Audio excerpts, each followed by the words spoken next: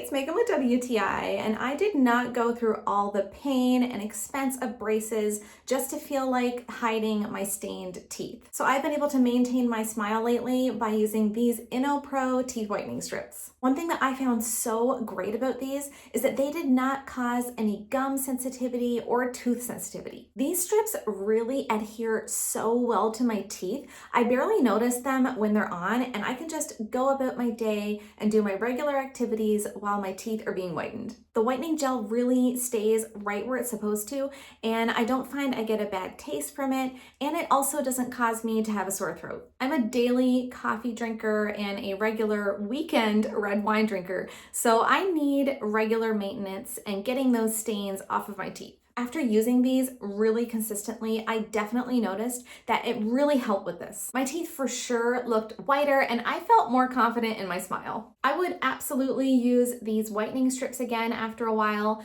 just to keep on top of any staining that could happen on my teeth. But that's just my point of view.